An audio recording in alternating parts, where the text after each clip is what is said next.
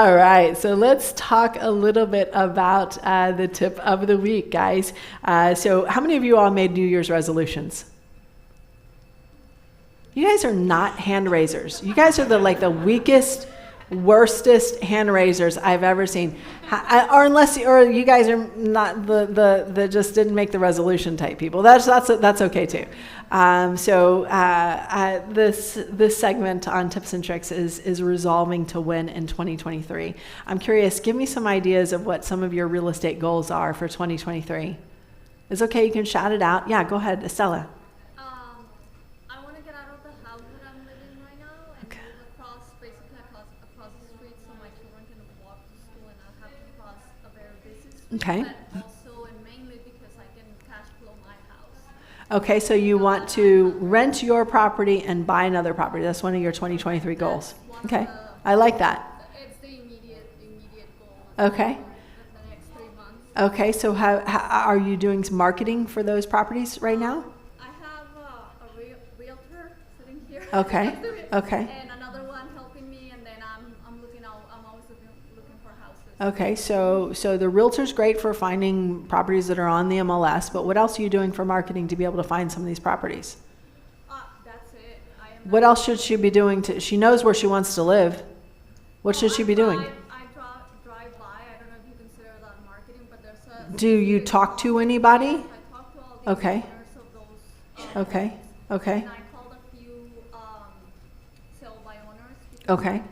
Are you writing letters, doing postcards, calling any of the people over there? No. Should she be doing that?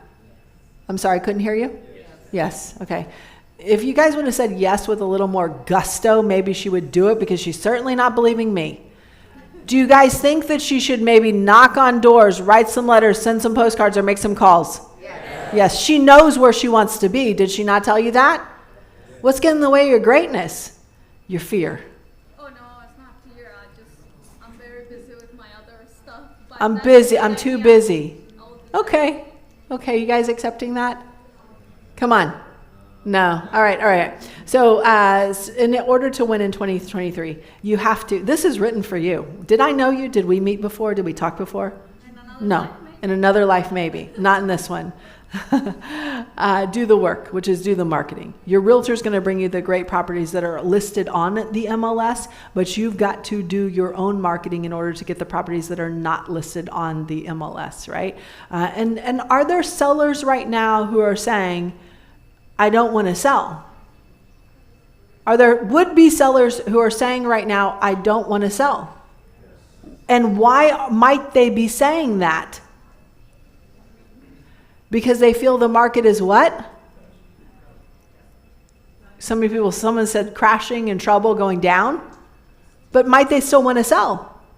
Yes, they would be open to it, but they don't want to put it on the market. They don't want to, maybe like some of the folks that we were talking about earlier, they don't want to do what to their home? Do anything. Get it ready. So I would say the first people that you should market to is all the people that look like, as you're driving for dollars, all the people that look like they don't want to spend any time, effort, energy, money at all getting it ready, right? So full disclosure, licensed realtor and broker in the great state of Texas, license number 0518223. So realtors have access to something called Real List. What can you get on Real List? What can you get on Real List? Don't ask Siri, because something's going terribly wrong. What can you get on Real List? Anybody in here knows what Real List is? Yeah, it's a database. It's like the most awesomest database ever. You can pull, as a realtor, you can pull up to 8,000 records every single month off of Real List. Guess what? How you can pull it? By your neighborhood. So you can get everyone's address, everyone's mailing address, which is sometimes different than their address, right? And can you get a lot of detail and data off of Real List, like pages and pages of every single property? And the answer is yes. So she can pull that for you. And what can you do with that list? You can write them letters, you can write them postcards, you can skip trace search them, so you can call them or you can go and door knock them, already knowing a little bit about them. So that would be a great way for you to do the work, which is to do the marketing. So it's not just about, it's like, I love that you've identified like that idea, but now you have to start executing the plan to be able to get to that idea. And then I'm curious, when you start sending letters to some of these people that are in your neighborhood, what, as a real estate investor, are some of the things that we get back? A what? How about a not deliverable? Yeah? What do you do with those letters? Skip trace. What's the number one issue that most investors have when they're talking to someone who should be a motivated seller? What's the number one issue? I don't want to. They're on the foreclosure list. What are they going to tell you when you talk to them? No, they're going to tell you what? I don't want to move. I don't want to move. That is the number one objection that we as real estate investors have when we are talking to people that we think should be motivated because they're on the foreclosure list, right? Or because they're on the notice of substitute trustee list, or because they're on a 30, 60, 90-day late list. And they tell you what? No, I don't want, they declare bankruptcy. They don't want to move so bad. So what do you know about this letter that you got back that said it was undeliverable? The number one objection, you don't have to overcome. Because guess what? They're not living there anymore. You follow that? Does this make sense to everybody? So those return mail, you should be saying, because some people when they get return mail, oh, this sucks. I just spent, this forever stamp and, it didn't work and they throw it away. But the people who know that that's one less objection and the most common objection that they now no longer have to overcome as a real estate investor. So those are the houses that may be vacant.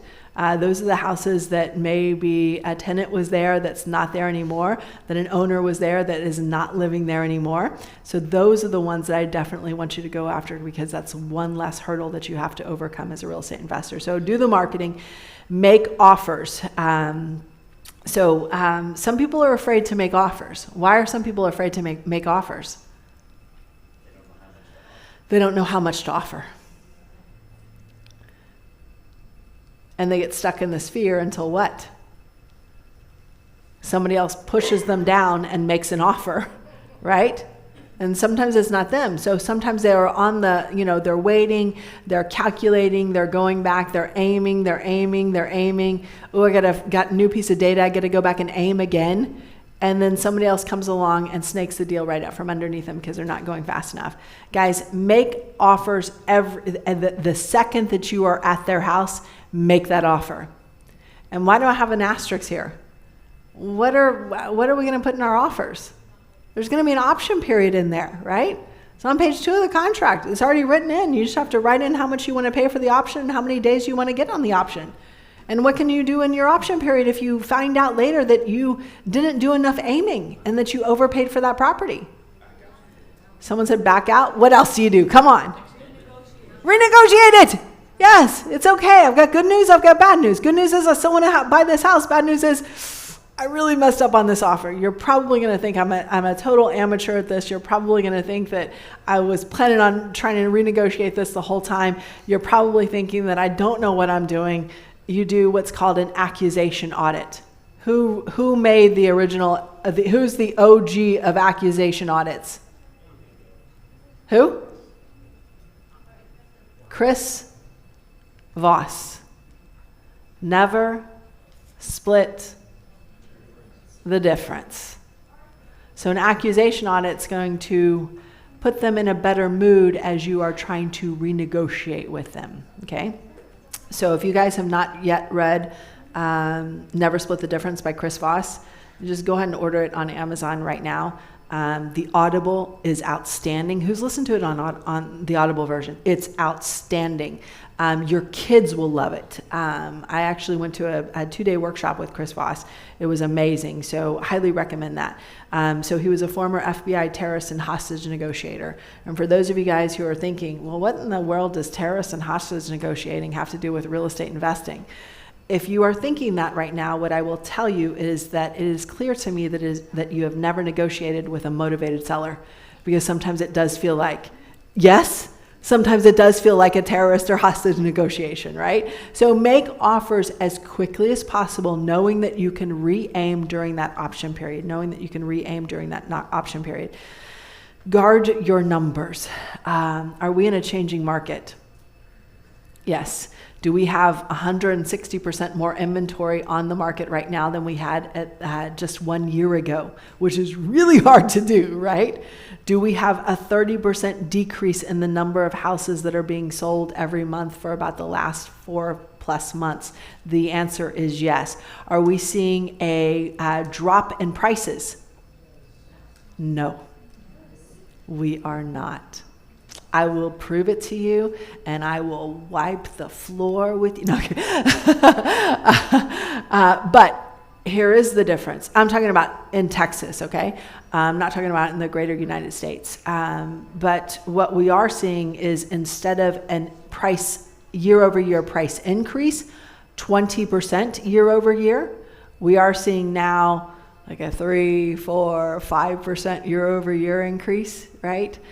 So the rate of the increases is slowing. It was increasing at like a 30% clip.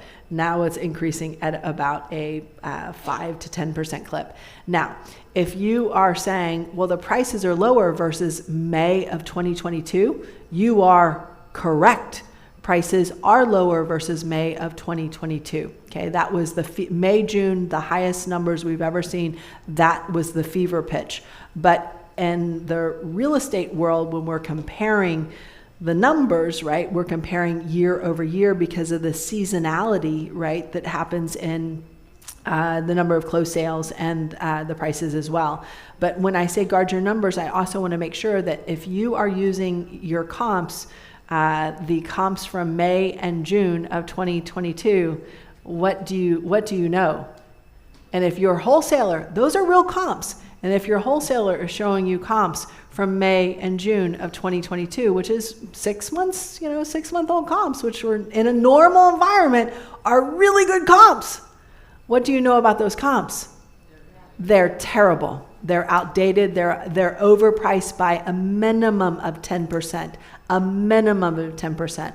The only comps that I want you to use are comps that have happened in the last 1, 2, or 3 months, or comps that happened a full year ago, because we are not at that fever pitch that we were in May. Now, May's the highest point every single year, and then it goes down like this for the rest of the year. That's very typical, right? But the numbers are changing, and they're changing rapidly. So if your comps are comps from May or June, you're gonna hurt yourself badly. So I want to make sure that you are not doing that.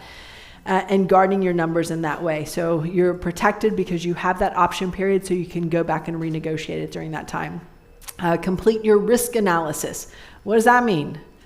Best case, worst case, and most likely case scenarios. What case analysis, what scenario do most brand new investors use? Best case on steroids, including the comps from May and June of 2022, right? Including the lowest repairs, because the house and everything else is in great condition. Just need to do these couple little things, right? Guys, I will tell you that in this market, the cream rises to the top and the crap gets wiped out. So in the market where we were in up through May and June of 2022, anything would sell, the good stuff and the bad stuff. And the market that we're in today, the only stuff that's selling is the really, really good stuff, because buyers can take the time to actually look, right? Buyers can take the time to actually negotiate and pick the stuff that really makes sense to them, versus having to pick the one of two houses. Oh wait, now there's only one house left. And if you don't make an offer right now, there's going to be 0 by the end of the day, right? We're not in that market anymore. So when I tell you do risk analysis, don't just use the best case scenario, right? Best case, worst case, most likely case. Because new investors get wiped out because they're using the best case, and typically the best case on steroids. Have a backup plan. What does that mean? How do you make sure that you can survive when the market changes? And we are in a very changing market right now, very quickly changing market. So when the market's going up, it takes the escalator up, but when the market's going down, it takes the elevator down. right? So it goes down at twice the rate that it goes up. So when I say have a backup plan, what does that mean for you guys as real estate investors? Anybody in here have been investing for 20 years? Anybody here invested like in the early mid 2000s? Okay, how did the people in the early mid 2000s make it when the market crashed in 2008 and it was crash 9, 10, 11? How did they make it? What was their backup plan? Instead of buying, fixing, and flipping it, which was their plan A, what did they now have to do? They ended up holding it. So that needs to be part of your backup plan to be, and you also need to make sure you have the financing to be able to make that work. And financing is huge, and having those different backup plans. Now, some people say we're already in a recession. Some people say we're going into recession, but most recessions are typically less than 2 years if you look at the average, right? So if you can get bridge funding, so if you can get, for example, an 18-month bridge fund loan, that will give you enough time to lease it to be able to hold on to it until the market starts to kick back over.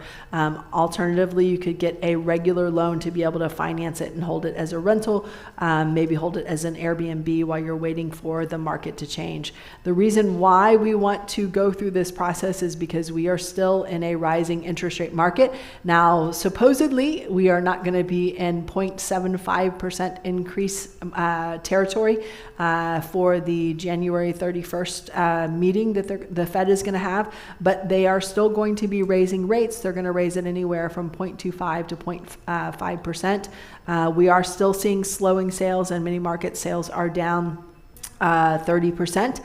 We are seeing slowing price growth. We're still seeing year-over-year growth, but we took, again, that elevator down from May to January, May of 2022 to January of 2023.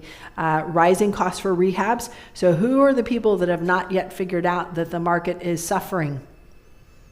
Contractors. Because contractors are still finishing the jobs that they started in May and June of 2022 in some cases, right? So they are still in very high demand, which means they're charging you what? A lot of money. So you're getting squeezed on the buy from the seller because the seller wants the price of the house that was 6 months ago. You're getting squeezed by the contractor because the contractor is not yet dropping their price because they're not feeling a pinch yet. You're also getting squeezed by supply chain, right, and inflation type issues. So we're kind of the sandwich generation as real estate investors. So I want to make sure you guys are watching that, and also potential recession. So the way that you make money in 2023, the way that you win is you do the marketing, you make those offers, you guard your numbers, right? You make sure you do your risk analysis, your due diligence, you have those backup plans to make sure that those numbers make sense for you. So guys, you can check out some of our prior tips and tricks on our YouTube channel.